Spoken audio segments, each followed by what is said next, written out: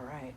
Thank you very much. All right. Good morning, everyone. I'm glad you had the opportunity to visit today, and I want to thank again the folks from Mindfulness Columbus. Thank you so much for coming earlier for the tour and bringing your goodness to this space. So thanks very much. Today we have our program is going to be similar, but not exactly the same as usual programs, because this is a special day. Today we observe the Enlightenment Day of the historical Buddha Shakyamuni. And so as part of that, we're going to start our Dharma talk by reciting a praise to the 12 deeds of the Buddha. The praise to the 12 deeds of the Buddha is in this red book on page 40.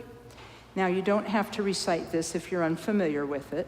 You can just listen to us, and we'll be reciting it in English. It's said that when you recite prayers of praise to the Buddha, that you are honoring his example and acknowledging your own potential to become a Buddha yourself. Because I think that was really the number one takeaway that I had when I first learned about Dharma, was that not only did the Buddha become an enlightened being, we have the potential to become Buddhas as well. So when we praise the qualities of the historical Buddha, in a way, we're aspiring to unearth those same qualities in ourselves. I tell people the Buddha was not a freak of nature. He was not a god or a person from another planet. He was a human being just like us, who through the practice of meditation came to understand the nature of his mind as awakened. And so this prayer celebrates that. You'll probably have some fun reading it, because it has a lot of what we would call old-fashioned language in it that you might find interesting. So in any case, we'll go ahead and start with this, and we'll read to the end of the prayer. Oh, yes, please. Yes, please, right there. Thank you so much. I do appreciate it, thanks. Yeah. Good idea. All right. We'll start with the phrase, "He who is skillful." He who is skillful, compassionate, born in the lineage of the Shakyas, undefeatable by others, destroyer of Maras, and whose body is majestic like golden Mount Sumeru, king of the Shakyas, at his feet I prostrate. He who first developed the mind of enlightenment, then perfected the dual accumulations of merit and wisdom, and in this age performed vast enlightened deeds and became the protector of beings, to him I offer praise. Having fulfilled the needs of gods and having known the time to tame the human realm, he descended from the gods' realm, came in the form of an elephant, and seeing the lineage of Shakyas, entered the womb of Maya Devi. To him I prostrate. At the completion of 10 months, the son of the Shakyas was born in the auspicious garden of Lumbini. At that time, Brahma and Indra praised him and his excellent signs, ascertained him to be in the lineage of enlightenment. To him I prostrate. The powerful youth, the lion of men, exhibiting athletic skills at Anga and Magadha, defeated the arrogant competitors and became unchallengeable. To him I prostrate. In accordance with the worldly customs and to avoid calumny, he was accompanied by the retinue of queens. With skillful means he served the kingdom. To him I prostrate. By seeing that mundane activities have no essence, he left home, and traveling through the sky, near Namdog Stupa, he took the ordination of renunciation from himself. To him I prostrate. Intending to attain enlightenment by efforts, at the bank of Naranjana for 6 years, he practiced asceticism. By perfecting perseverance, he obtained supreme absorption. To him I prostrate.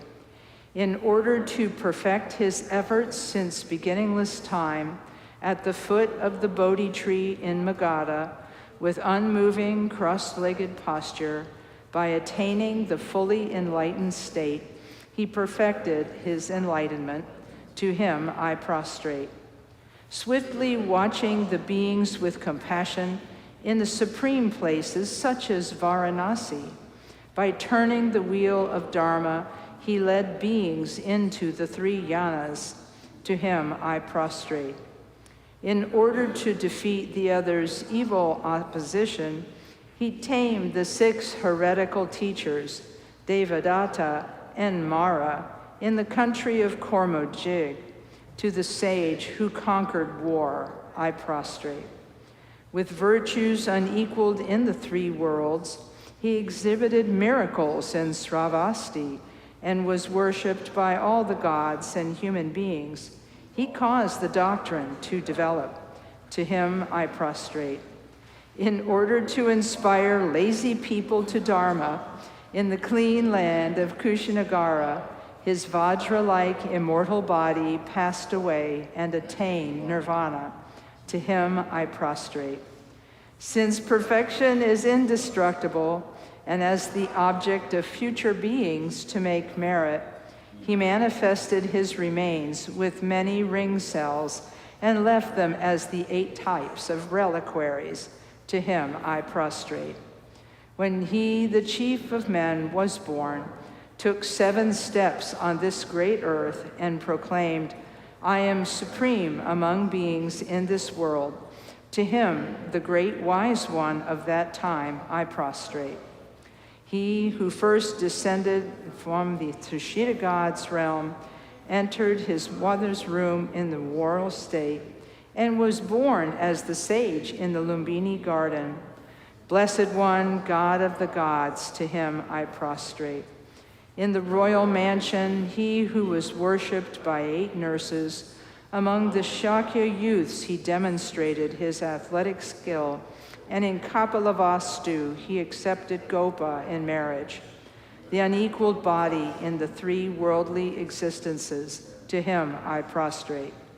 He who showed sadness at the 4 gates of the city, cut off his hair at Namdak Stupa, and practiced asceticism at the bank of Naranjana. To him who is free of obscurations, I prostrate. In Rajgra, the sage subdued a mad elephant. In Vaishali, a monkey offered him honey. And in Magadha, he attained enlightenment. To him who is shining with wisdom, I prostrate. At Varanasi, he turned the wheel of Dharma. At the garden of Jeddah, he exhibited great miracles. At Kushinagara, he passed away into nirvana. To him whose mind is like space, I prostrate. Thus, by the merit of praising the deeds of you, the Blessed One, Master of the doctrine, may the activities of all the beings also become equal to your deeds. May we all become very much like the body of the Suchgan Buddha, and may we have retinues, life extent, Buddha fields, and excellent signs similar to his. By the power of praying and offering praise to you, in the area where we are residing, may the sickness, poverty, and wars be pacified, and may Dharma and auspiciousness increase. May there be the auspiciousness of the longevity of the doctrine, with Buddhas appearing in the world, the doctrine shining like sunlight, and the development and prosperity of the doctrine holders, teachers, and disciples. Okay, thanks very much. I appreciate that. You can just set those aside. I appreciate this. We have in our yearly calendar, we have 4 of these Du, D-U, Chen, C-H-E-N. Du Chen in Tibetan means time that is great, or time that is sacred. And so we have 4 of these sacred days throughout the year. The first one in the calendar year is the celebration of the Buddha's performance of miracles, which actually happened later in his life, but comes first in our calendar, right after the Tibetan New Year in February or March. The second of these holidays is the one we are observing now, the Buddha's Enlightenment Day. On this day, called Wesak and other Buddhist traditions, we celebrate the Buddha's birth, his enlightenment, and his passing away. Then the next holiday will be in the month of July this year. It is the holiday observing the Buddha's first teaching, when he first turned the wheel of Dharma, or gave teachings on his philosophy and practice. Then the final holiday of the year is in the fall, when the Buddha's descent from the God realm is celebrated.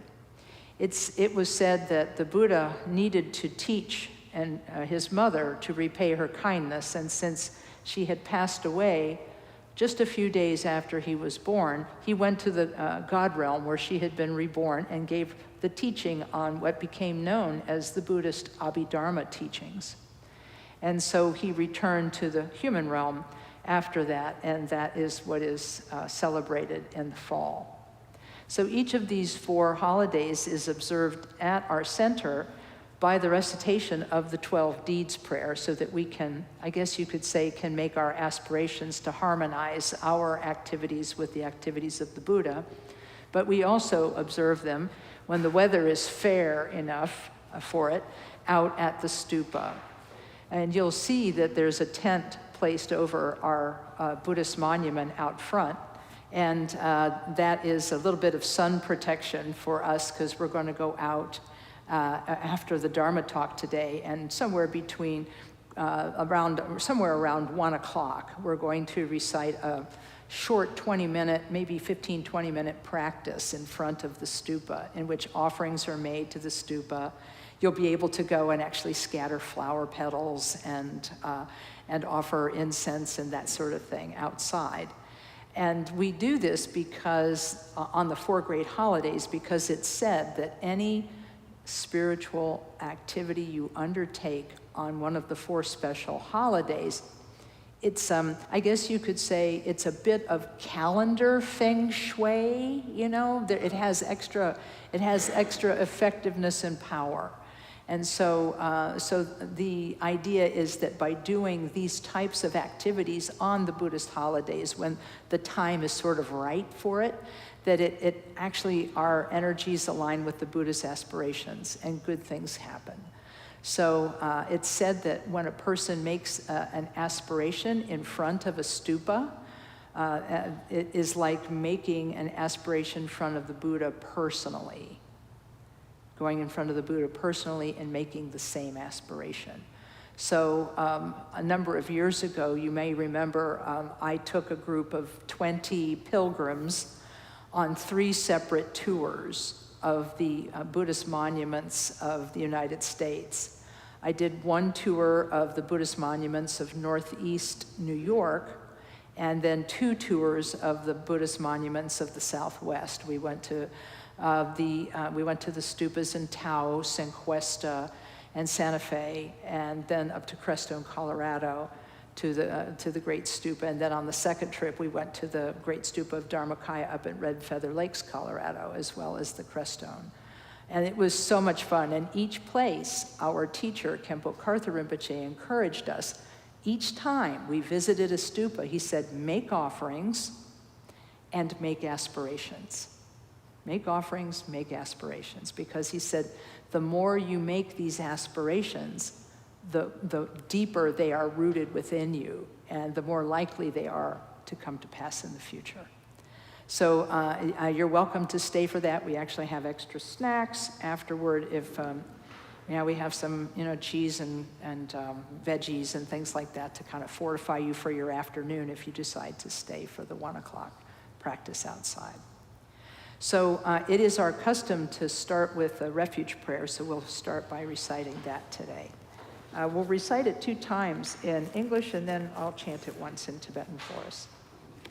We dedicate this session to all suffering beings, especially folks who could not be here today. In the Buddha, the Dharma, and the assembly most excellent, I take refuge until I reach enlightenment. By the merit of generosity and other good deeds, may I achieve enlightenment for the sake of all beings. In the Buddha, the Dharma, and the assembly most excellent, I take refuge until I reach enlightenment. By the merit of generosity and other good deeds, may I achieve enlightenment for the sake of all beings. Or sanje chudan soji chonaham lam janchu pardu dani kyap suji daji jin soji be sunaham ki Drola Penshir Sanjay Druparsho. Okay, thanks everyone. I'll begin with a short prayer of my own. O Palden Sawe Lama Rinpoche Tagi Chiwar Pede Ten Shala Kadrin Shempo Gwane Je Sunte Kusum Tugging a Drip Sal to Soul. Okay, thanks very much. So today's topic is beyond mindfulness. I have to ask, is there anybody here who has a mindfulness app on their phone and they use it? See, right? Okay. Would anybody like to share which one they use and how they use it? Anybody want to share? I can repeat for the recording. We're shy today? Oh, okay. Well, I was hoping to hear from you because I'm really interested in knowing more about the apps, knowing what the apps are and how they work. But I guess I'll find that out at a later date. Mindfulness, it appears, is everywhere. It's being taught in schools, it's being taught in healthcare settings, it's even on your smartphone. And so it seems that meditation and mindfulness is really becoming important for folks in lots of ways. But often I hear people say that they use their apps for a few weeks and then they get tired of it and then they stop meditating. Or they start meditating and then after a few weeks it just kind of tapers off and they don't do as much of it as they did before. And so I am wondering myself, why it is that people lose interest in meditation after a few weeks. Well, believe it or not, this is not a new phenomenon. A number of years ago, when I visited our home monastery, Karma Triana Dharma Chakra in upstate New York, a small group of Dharma students from the center in Connecticut came to visit my teacher and was asking him questions about meditation. And one of them said, they said, you know, I've been meditating for a while and I'm starting to get bored with it. And it's starting to become a struggle. What should I do? How do I know when it's time to move on and do other forms of meditation? Maybe I'm just done with shamatha. Maybe that's what it is. And maybe I should move on to something else. And my teacher had a very wise reply. He said, when a person meditates, he said, when they get minor relief from their major mental afflictions, he said that's when it's important for them to move forward in their meditation and branch out.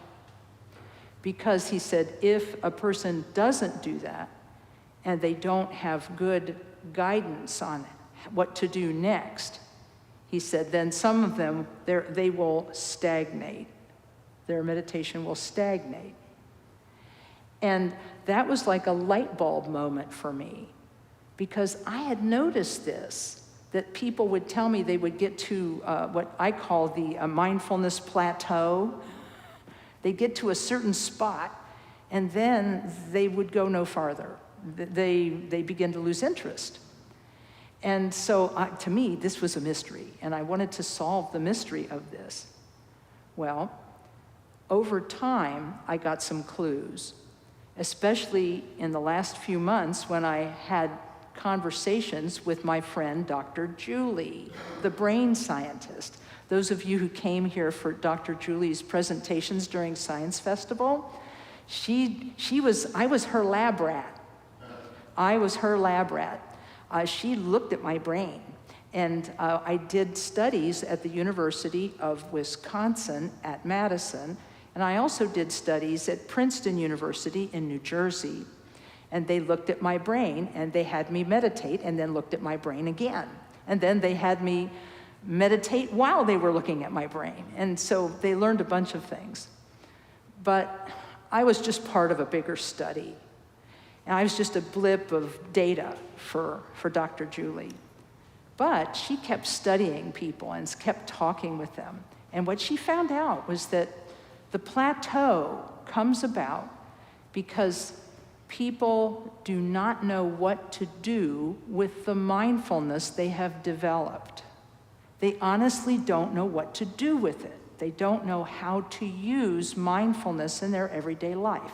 In other words, it lacks relevancy. It's not relevant to their everyday experience. And so they begin to lose interest. Or the other thing she said was missing was love and compassion. She said that because mindfulness appears to be about calming a person's own mind, that they didn't realize that by calming their mind, they opened up the possibility to have richer relationships with themselves and with others. And so she said researchers are now beginning to look at compassion meditation as a way of filling the void that arises in the mindfulness plateau. When the mindfulness plateau is reached, the person can lose interest. But if we teach them further methods of meditation, then it will continue to broaden and deepen. So that's why I gave this talk today, because I was very excited to understand these things from Dr. Julie. And it reminded me of what my teacher said all those years ago. When you get minor relief from your major mental afflictions, that is the time to branch out. And the two types of meditation that he recommended the most were compassion meditation and mantra meditation as two further ways of branching out. So I thought this was important information I wanted to share with you, because I thought that was very interesting. But what does he mean by minor relief from major mental afflictions? I want to know more about that. And so what I did was I looked at my own life, and I looked at my own mind. And I remember very clearly, I had been meditating for a few months, and it happened to me just once, and I don't know if you guys have had this experience, but I started getting annoyed about something. Something was annoying me. And then I was getting mad, and I actually could see it coming.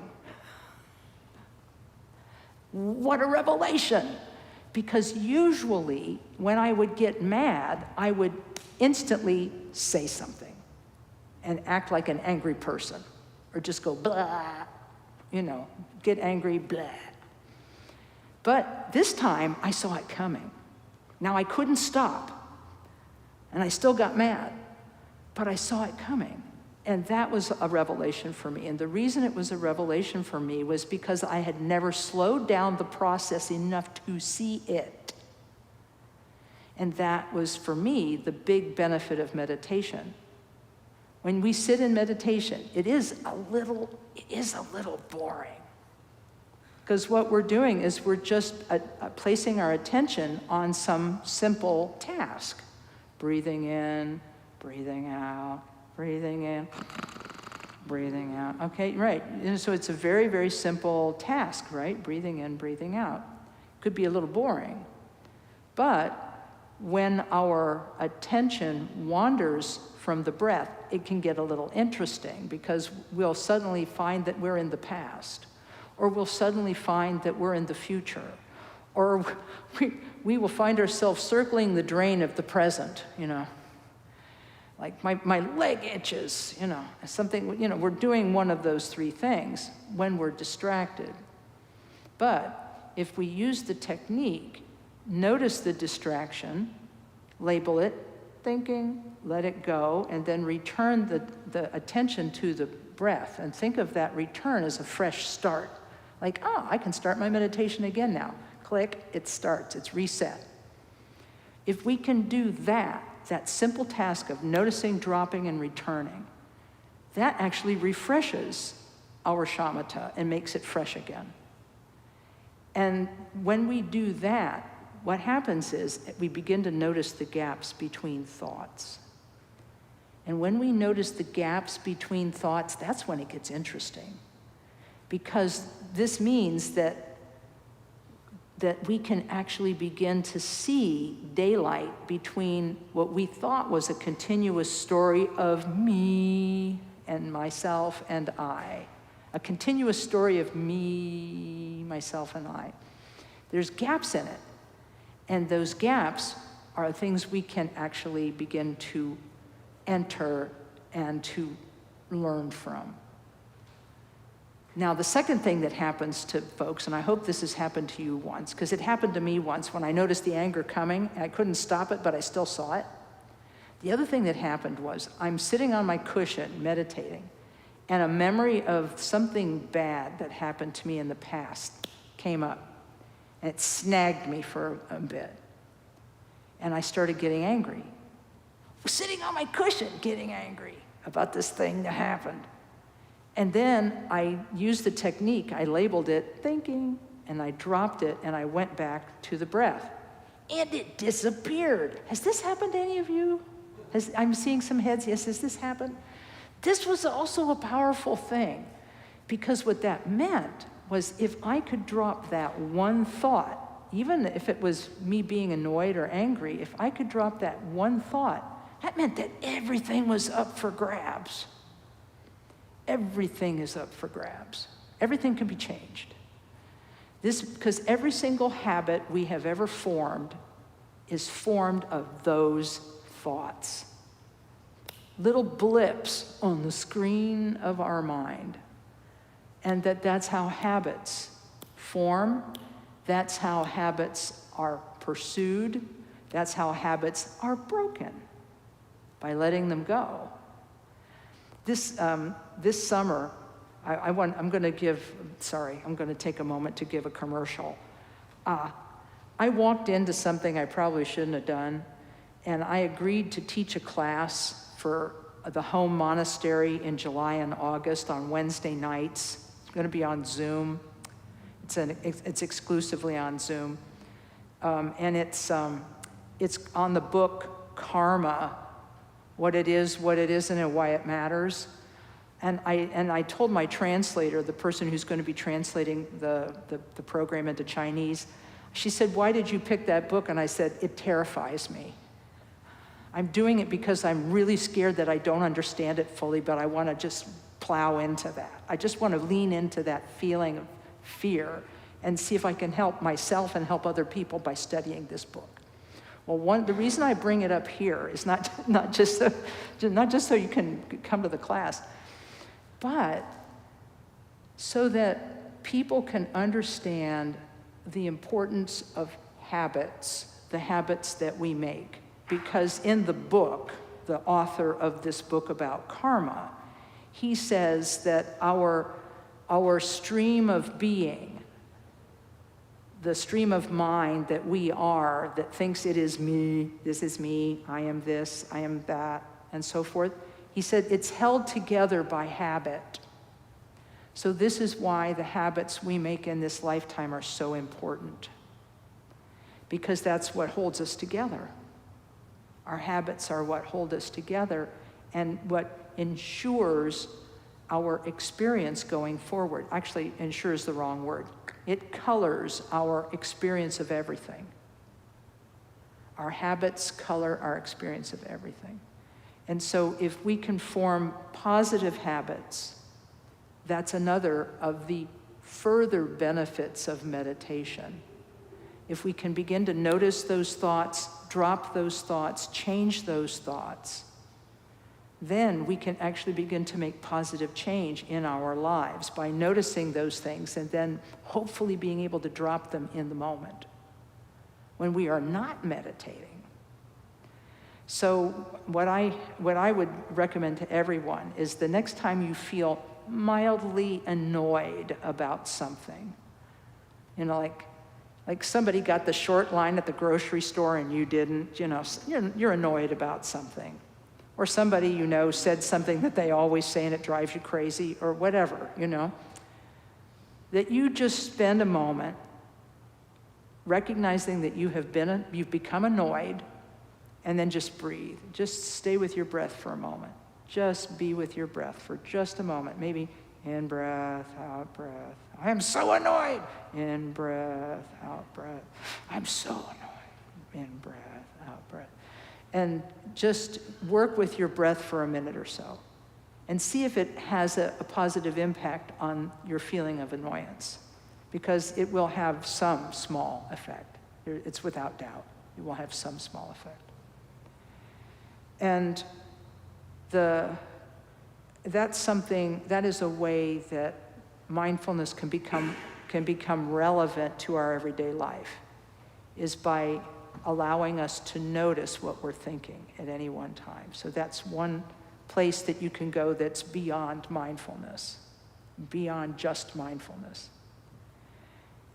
Khenpo Karthar Rinpoche, our the teacher who founded our center, he said that quiet sitting meditation, which is sometimes called shamatha or calm abiding, he said it's like sharpening a knife. He said, I came from a sheep herding family. And so we needed knives to be sharp all the time for various things, to shear the sheep and to do whatever need to be done. And he said, so we had a stone that we used to sharpen the knife. And he said, we would sharpen the knife, he said, but the biggest shame of it is that sometimes you'd sharpen the knife and then you wouldn't use it for weeks and weeks and weeks, and then suddenly you'd need it and it was dull again. So he said the important thing about a sharp knife is to keep using it. So he said it's the same with your mind. He said when you sit in meditation, your mind gets sharper. You get smarter. You get more aware of what's going on around you.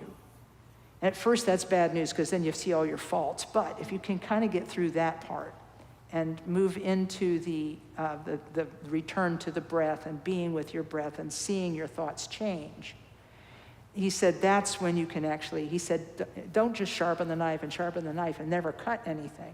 He said with your meditation, he said you can begin to cut through your own bewilderment and confusion. So he said it's important to be able to use your mindfulness to make positive change in your life. So that's one.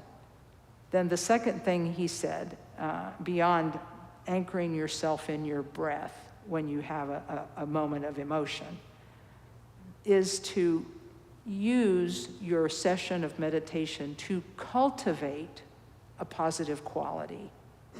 Use your session of meditation to cultivate a positive quality. And the positive quality we're looking for is loving kindness. Loving kindness. The Buddhist definition of love is the wish for others to be happy. And the Buddhist definition of compassion is the wish for others to be free from suffering. And there is a compassion meditation that's very easy to do, that's taught in the Theravadan tradition, which is called metta, M-E-T-T-A, metta. It means loving kindness. And you can either use your breath or not, but if you use your breath, what you would do is on the out-breath, you would think that you send goodness, first to yourself, then to those you care for, then the people you're less familiar with, and finally to all beings. That's just on the out-breath. You just send love and goodness first to yourself, then to your loved ones, then to people close to you, then to people at a distance, and then finally to all beings. And this is a very easy practice that cultivates an attitude of loving kindness. Then the Tibetans also taught a form of compassion meditation, and that's called Tonglen. T-O-N-G, which means to send, and Len, L-E-N, which means to take. Tonglen, sending and taking. For this meditation, a person uses both the in-breath and the out-breath. As they breathe out, they think they give goodness to all beings. As they breathe in, they think that they remove suffering from all beings. Upon removing the suffering from beings, one then sees the suffering that is what comes within one, that dissolves into nothing and disappears. Out-breath, goodness. In-breath, removing suffering, which then dissolves into nothing and disappears, and then breathe out again, and so on. This practice can be the basis of something called mind training, or lojong, which is a way to, basically what you do in lojong is that you're noticing your mental afflictions when you're not meditating, you're noticing them, but you're not letting them pass. You're actually engaging with them. You're not trying to run away from them, but you're also not trying to express everything that comes to your mind. When you feel annoyance, I don't know about you, but I tend to run away to one of two extremes. I either go blah, or I pretend I'm not feeling it. I don't know if you've ever done this, but when you pretend you don't feel something, it doesn't work. That was my experience. Was that your experience? When you try not to feel something, it just makes it worse. So Tonglen, or mind training, or lojong, or mind training, you deal with the feeling by making the aspiration that all beings, including yourself, are free from these emotions. May I and all beings be free of this emotion. May I and all beings transcend this emotion, and may we all become Buddhas. And so that's the second style of practice you can do beyond mindfulness. You can take your mindfulness to calm yourself in the moment when you're not meditating. You can use mindfulness to develop a positive habit like love and compassion. And then finally, you can use mindfulness to develop an understanding of your basic Buddha nature through the practice of mantra. Now, there's not enough time for me to describe mantra practice in detail here, but those of you who have attended our Tuesday evening Chenrezig chant will, if you've read the text we use, it describes us visualizing the Bodhisattva of compassion. Chenrezig is being present with us, and we imagine that he shines light on us, purifies our negativities, and turns us into Chenrezig ourselves. And with this body of light, we then recite his mantra, thinking we benefit all the beings in the world. And in this way, we can use our mindfulness to attend to the potential that we may actually be Buddhas ourselves. And we can actualize that through the practice of mantra. So those are 3 things you can do to go beyond mindfulness. So I think that's enough. I probably have talked a little more than I should have this morning. But if you'd like to have a discussion, this would be a good opportunity. Maybe if you want to share a story from your own meditation experience, or you have a meditation question, we actually have an improvement. We have improved equipment. You asked for it, and we did it. We now have 2, count them, 2 question microphones, one on each side. So you can come to one of the microphones and ask a question that can then be heard by everyone in the room, as well as the people on Zoom who are, on Facebook and YouTube who are watching. Any questions? Yeah, sure. I like it. Your nearest microphone. Did you put like little signs on them? Someone has. Oh yeah, all right, awesome. It encourages me to bring it to my height, which All right. You mentioned maybe we could share meditation experiences and talk about, and I really appreciated how you talked about moments where you can see yourself headed that way and you're aware, but you're maybe already kind of up the river. And I've definitely had that experience too. And what I found is in the past, I would just be in the rapids and not even know it and just getting like tossed around, and it was terrible. And now, while it's frustrating to have that sense of here I go again, it's like I have a life vest or something. Yeah. Because that even that tiny piece of awareness, maybe there's one thing that I decide, hey, maybe I won't say that. And my husband's here so he can maybe come up next and see how it's working. But yeah, it's been interesting, so I appreciate hearing. Yeah. Oh, yeah, thanks for sharing that. Spouse endorsed. I can... You can wait and see. Yeah, what's that again? Yeah. You know, I have to tell you, it's really interesting, isn't it? Because one time I was those of you who know me know my husband and I, we just celebrated our 50th wedding anniversary. We married like way too young, but it worked out. So, anyhow, but what I have to tell you is that one time I was having we'll call it a discussion, argument. And and with my husband, and suddenly I became aware of how angry I was getting. And because of the meditation, you begin to notice, like, I'm starting to get like, I'm starting to get on fire with this thing. And I said, excuse me, I have to stop here for a minute. And he's like looking at me like, aren't you gonna keep arguing with me? And I'm like, I think not.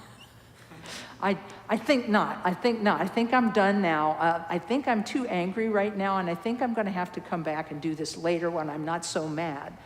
And it kind of surprised him, and it definitely surprised me.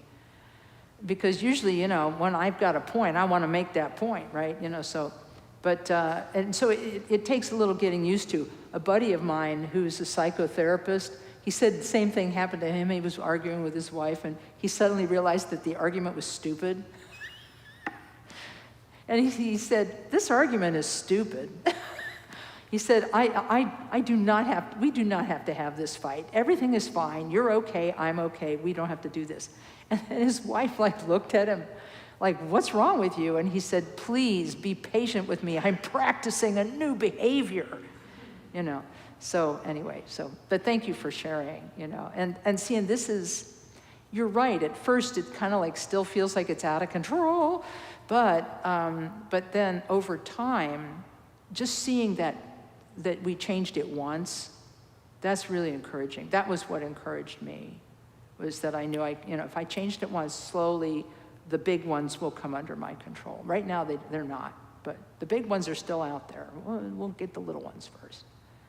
Other questions that people might want to talk about? Meditation apps. Do any of our app people want to talk? I'm really curious. Okay, here we go. We got a questioner. Topic does not matter. Yeah. Thank you, Mama Kathy, for your talk today. I don't have any financial interest in any apps at all, but I discovered one years ago called Headspace, and I used to work for the Counselor and Social Work Board, and part of the function of the board is to approve continuing education for social workers and therapists. And when I started working there in 2010, there were proposals for yoga, meditation, mindfulness for therapists to get their continuing education, and they were always denied. And then there's a constellation of the board that changes every 3 years. And around 2013, the board members came in with evidence-based practice of the effectiveness of mindfulness. So there was a shift. And I got interested in mindfulness then and found a bunch of different apps on the phone, but I couldn't really figure out how to do it. So a couple of years later, I stumbled across this one called Headspace, and I used that one for a couple, 3 years, and really learned exactly kind of what you were talking about in terms of when, you know, we have something to focus on, and then when we get distracted, to gently bring our attention back to the object of meditation. And so I used that for a couple of years and then just did my own practice. But I started back in practice again a few years ago and started using that app with my clients. Got it. And so I would say, you know, there's lots of apps out there. I don't know all of them, but I do know Headspace is a good one. So. Hey. No, thanks very much for the insight on that, because I've often wondered what the benefits of them are, and so it sounds like there are benefits in that they help people get on the cushion. Yeah, thanks for sharing that. I'm also glad to hear that there was some advancement in the way people were thinking about it clinically, so that's cool too. Hi there. Hi. Hey. This is my first time here, so thank you. The app. I use my Fitbit app. Fitbit, okay. It tracks my heartbeat, it tracks what I sleep at night, so to speak, the steps and things like that. There is on the phone, when you download the app onto your phone, it also has a mindfulness section.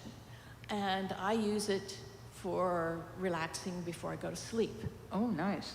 I have to use it early because my husband, the minute he hits the pillow, he's out and he doesn't want any talking. He don't want to hear that. So in the evening with the lights out, right before it's time to go to bed, that's when I listen to it. And it has something different each and every time.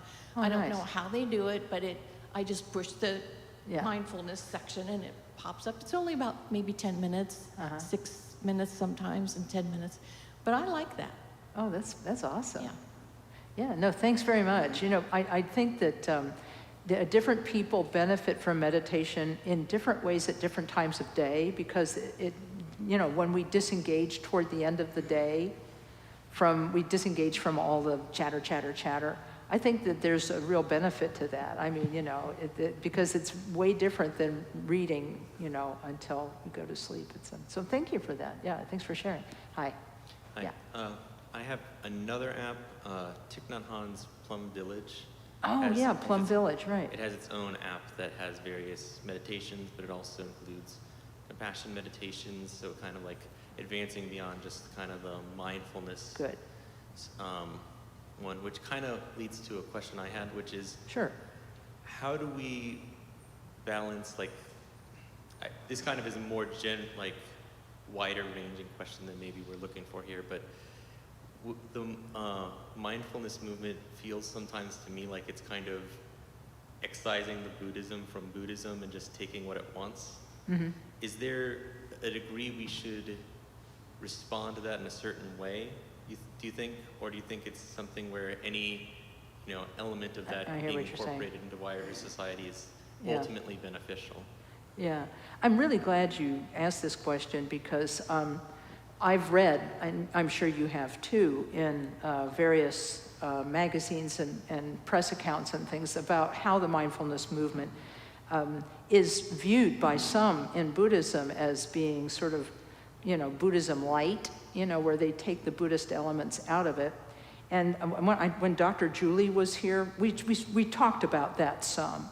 And she said that she felt that this is precisely the reason why researchers are looking for that next factor, you know, the next thing that they want to work on. And one of them they're looking at is how the development of altruistic motivation impacts a person's quality of life. And they're saying that this compassion meditation is now the next frontier in research. And so they see the need to add back in some Buddhist elements, which is really interesting to me. And for fun, I'll share with you what my teacher, Khenpo Karthar Rinpoche, had to say. He was asked this exact same question a few years before he passed away. And, you know, and the questioner said, you know, like, aren't you insulted? You know, what do you know, that they're taking Buddhism out of mindfulness and secular mindfulness? And he says, so the questioner said, what do you think of secular mindfulness? And he reflected for a moment, and then he said, I love it. I love it. And he said, the reason I love it is because he said, what I noticed when I first started teaching meditation was that Westerners didn't really have that much faith or confidence in the teachings of Buddhism. They just didn't. He said, but when they sat and meditated, they would experience their mind in a different way than they had ever experienced it before.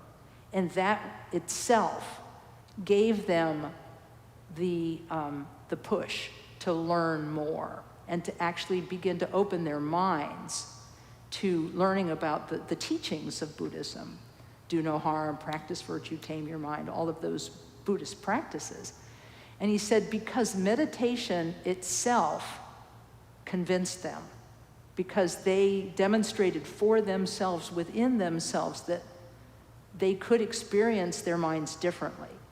And he said, that's where it started for them. He said, I believe that the secular mindfulness movement, even if it washes all of the Buddhism out of it, he said, there's still going to be people who follow the practices of secular mindfulness and have that aha moment when they know there's more.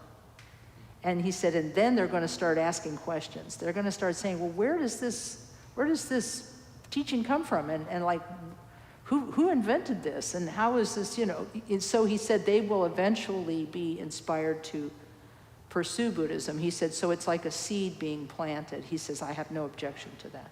He says, and I actually do think it's good.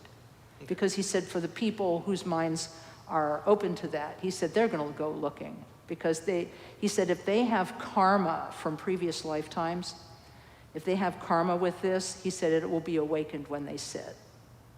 So that's pretty cool. Thank you. Hey, no, thanks for asking that one. Yeah.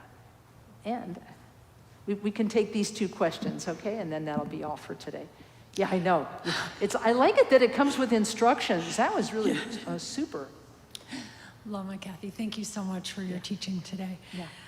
I just wanted to tell you that I use Calm, the app Calm. Oh, Calm, uh-huh. And I like it because it gives me reminders throughout the day that I should consider doing X or consider thinking about Y, and not Y something, but, Yeah.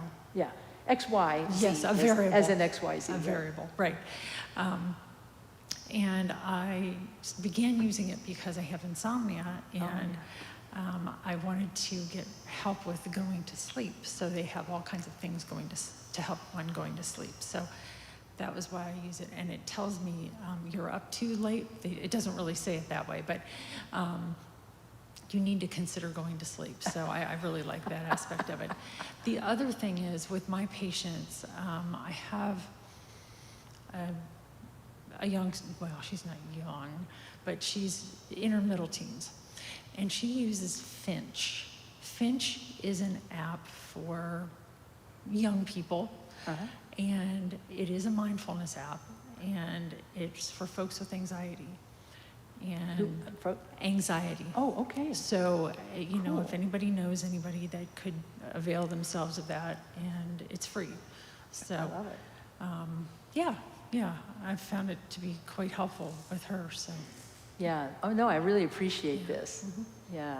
Yeah, because, I tend to think that that these apps and so forth, we can joke about some of them because some of them can be a little corny, a little weird, but we can joke about this, but they actually do benefit people. Yes. So, and I love hearing about the Finch app Yes. for people with anxiety. I'll make a note of that. Yes. Because I encounter people with anxiety all the time, Sure. and I myself am an anxious person, so I'll check it out. But the other thing is, I do believe that I believe that all of these improvements in mental health care, whether it's techniques of therapy, medication, meditation, or whatever, I think all of these are the activity of enlightened beings. It's like this Yes. is like enlightened activity that is helping to ease the suffering of others. Absolutely. So I think it's really cool. Medicine Buddha is in my office all the time. I have an image of the medicine Buddha. Yeah, it's great to keep those images around. There was a Tibetan doctor named Akhong Rinpoche. He visited here in the 80s, back in the dark ages. And he said, he recommended that people keep images of the Buddha, the Buddhas around them to help remind them, just like the app reminds you today, you know, just kind of remind them to take a moment. Thank you so much. No, thanks for coming to the mic, I appreciate it. And this will be our last question today. Short people. Hey, but that's all right. That's why they have adjustable microphones, and you are the bomb, Don Fortner. Thank you, Don. Yeah, I appreciate that. So Yeah. your talk today really resonated with me because we had a family wedding, and so this became very clear to me that we're a family of storytellers, and that once we start, you can't shut us up.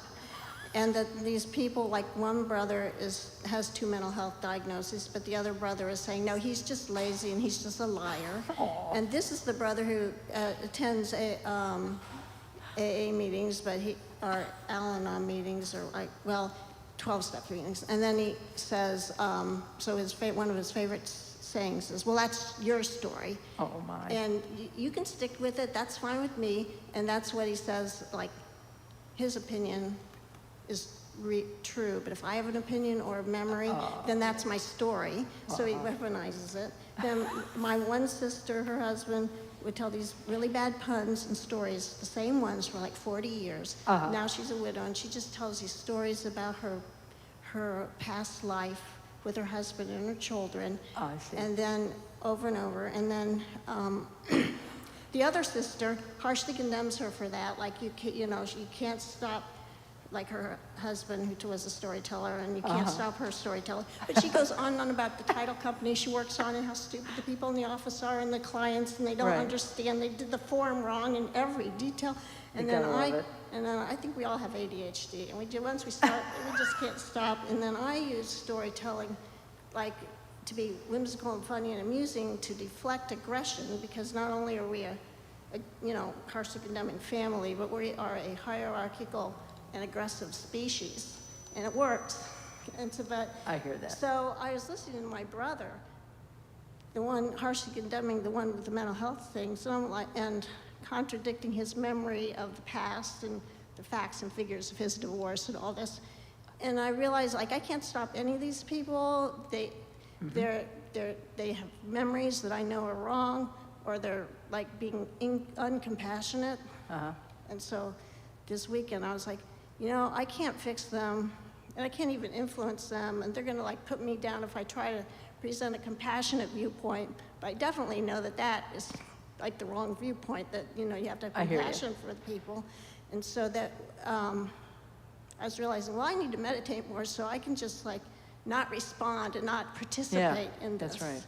And so Right. that was just like this weekend. So that was like a little revelation about how to take the meditation off the cushion into the real world and use compassion to stop the stories. Yeah, I get it.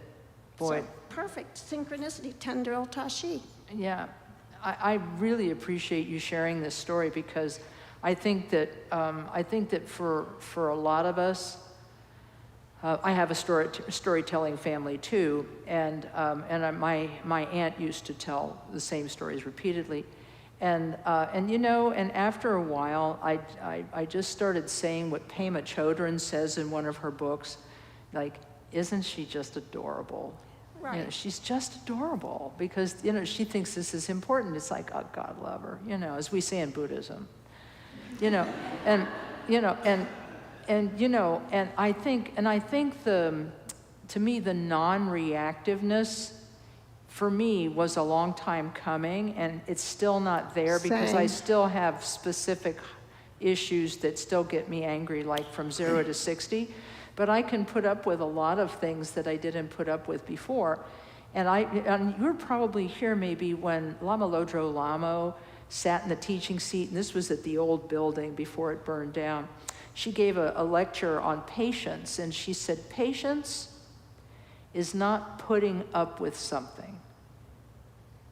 It's not putting up with something. She said, patience is being open to how other people are.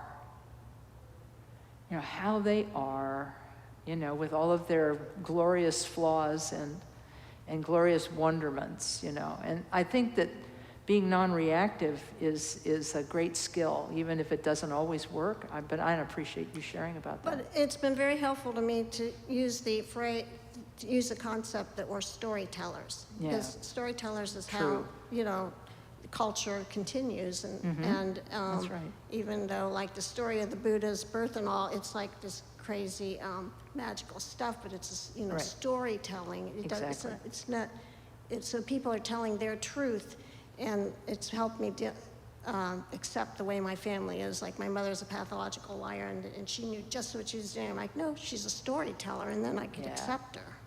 Thank you. Yeah, I really appreciate that. Thank you, thank you. So I really appreciate everybody who shared today. Thanks very much. And I invite you to come back next week. And I have no idea what the Dharma topic is going to be next week. But I invite you to come back and sit with us at 10 o'clock and enjoy tea. And then come back and listen to the Dharma talk next week. I think we'll dedicate our goodness. The dedication of merit is on the back of the sheet. And we'll recite this once in English, and I think because we're a little short on time, we'll just recite it in English today and then sit for a moment. So we'll begin with the words, by this merit. By this merit, may all attain omniscience. May it defeat the enemy, wrongdoing. From the stormy waves of birth, old age, sickness, and death, from the ocean of samsara, may I free all beings.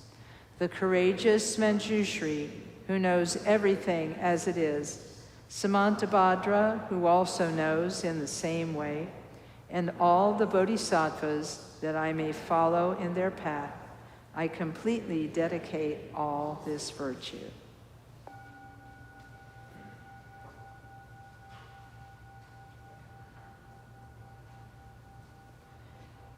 Thanks, everyone. Thank you, thank you. And those of you who are interested in staying, we'll probably start gathering downstairs in about 5-10 minutes to go outside and do the stupa prayers. Have a wonderful day, everyone. Thank you, thank you. Om Mani Padme Hum.